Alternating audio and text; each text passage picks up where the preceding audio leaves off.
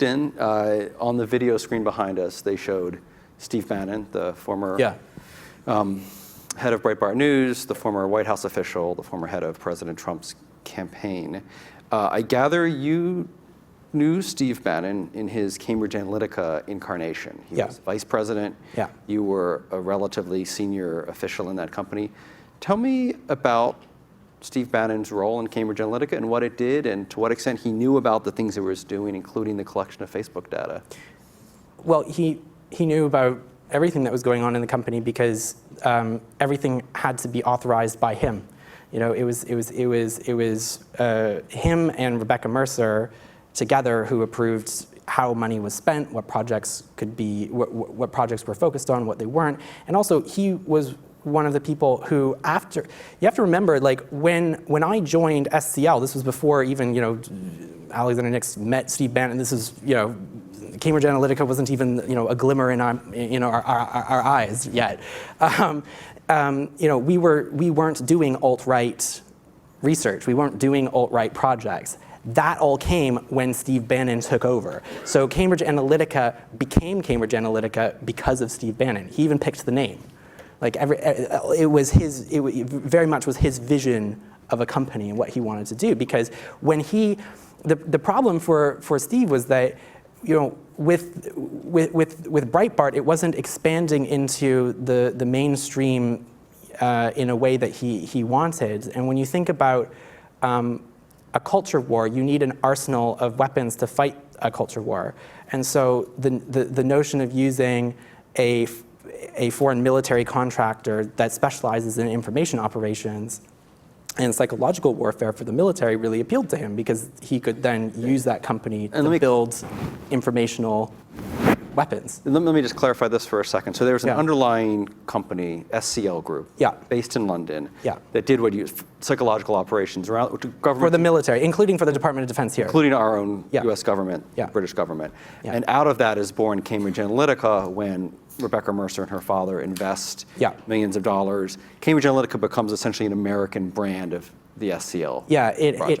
It acquired the intellectual property of SCL, put that into a new company in America called Cambridge Analytica, then licensed back the same IP to SCL, and then had an agreement where all contracts had to then go to SCL. So like Cambridge Analytica didn't have any staff, right? Cambridge Analytica was a concept. It was a brand, it was an American thing so that, you know, because it would look optically bad. You know, this is one of the things that I later learned is that they were concerned that the optics of using a foreign military contractor in American elections would not play well. What were they thinking? But it was an idea that was based, had an office in Manhattan, am I right? Right? Yeah, I mean, they eventually set up an office. They incorporated in Delaware. Yeah. And the vice president was? Steve Bannon. And the president was?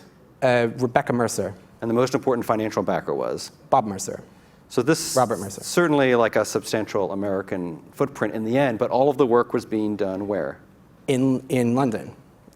So the bulk of the, you know, there was almost no Americans working in the company because it wasn't, you know, when the IP got acquired, we weren't working in the United States.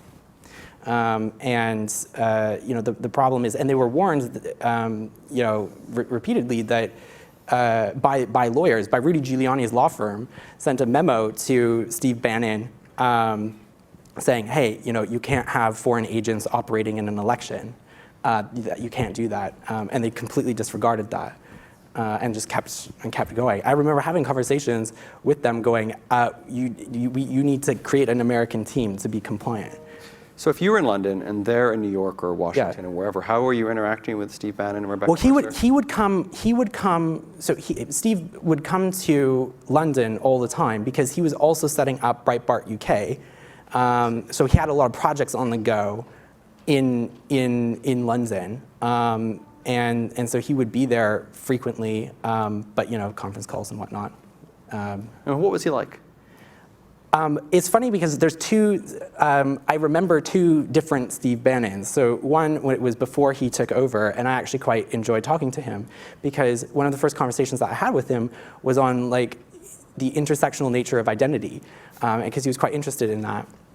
And one of the things he was really interested in culture, and because the Breitbart doctrine is that politics flows from culture, it's downstream from culture. So if you want to change politics, you have to change culture.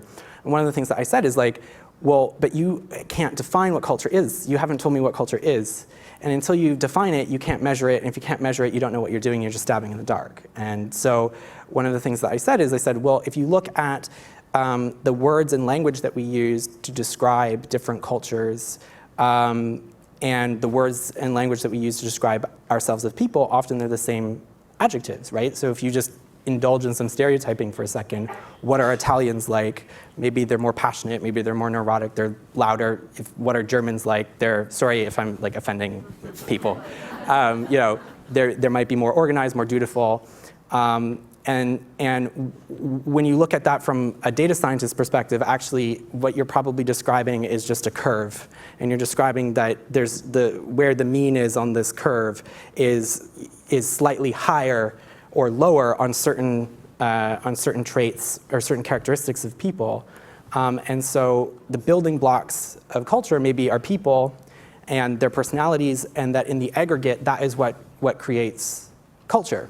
That it is an aggregation of our commonly shared characteristics. And so if you wanted to measure culture and you wanted to change culture, you first would need to measure people.